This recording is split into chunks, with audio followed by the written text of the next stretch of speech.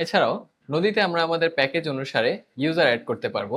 আমরা এখানে দেখতে পাচ্ছি যে আমরা একটা স্টার্টার প্যাকেজ ব্যবহার করছি। এখানে স্টার্টার প্যাকেজে আমরা ৩ জন ইউজার অ্যাড করতে পারবো। কিন্তু অ্যাডিশনাল পেমেন্টের মাধ্যমে আমরা যদি চাই তাহলে হচ্ছে আমরা আরো ইউজার অ্যাড করে নিতে পারবো পরবর্তীতে।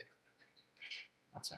এখন একটা অফিসে সাধারণত বিভিন্ন ধরনের এমপ্লয়ি থাকে বা হচ্ছে ম্যানেজার থাকে। আমরা বিভিন্ন রোলস থাকে। Admin, HR, accounts. তো আমরা স্পেসিফাই করে দিতে পারবো যে কোন ইউজার কতটুকু রোল অ্যাক্সেস করতে পারবে। সেক্ষেত্রে আমরা প্রথমে রোলটা ডিফাইন করব। রোলস বাটনে ক্লিক করে দেন আমরা হচ্ছে অ্যাড রোল বাটনে ক্লিক করব। এখানে ওনার রোল নেমটা দিব।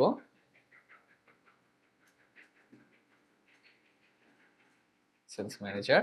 দেন আমরা যদি ওনাকে সব ধরনের অ্যাক্সেস দিতে চাই এখান থেকে হচ্ছে সিলেক্ট অল বাটনে ক্লিক করব, অথবা স্পেসিফিক রোলের জন্য আমরা এখান থেকে সিলেক্ট করে দিতে পারবো কোন কোন রোলটা উনি এখান থেকে দেখতে পারবে।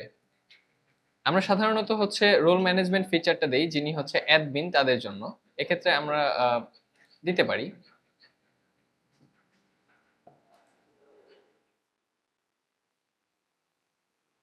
আমাদের রোলটি ক্রিয়েট করা হয়ে গেছে।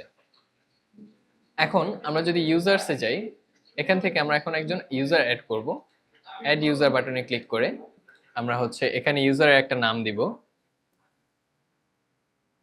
তার ইমেল অ্যাড্রেস,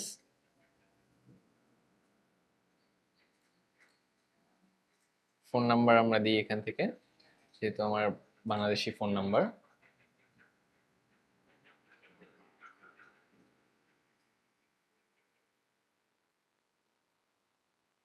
দেন আমাদের অ্যাসাইন করা রোল আমরা এখান থেকে সিলেক্ট করতে পারবো। আমরা একটা টেম্পোরারি পাসওয়ার্ড ক্রিয়েট করব। এটা পরবর্তী যে ইউজার ইচ্ছা করলে নিজে চেঞ্জ করে নিতে পারবে, এবং আমরা সেভ বাটনে ক্লিক করব।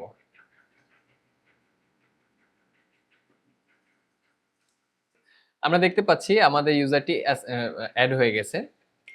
এখানে একটি অটো অ্যাসাইনেবল একটি বাটন আমরা দেখতে পাচ্ছি। এই বাটনটির কাজ কি?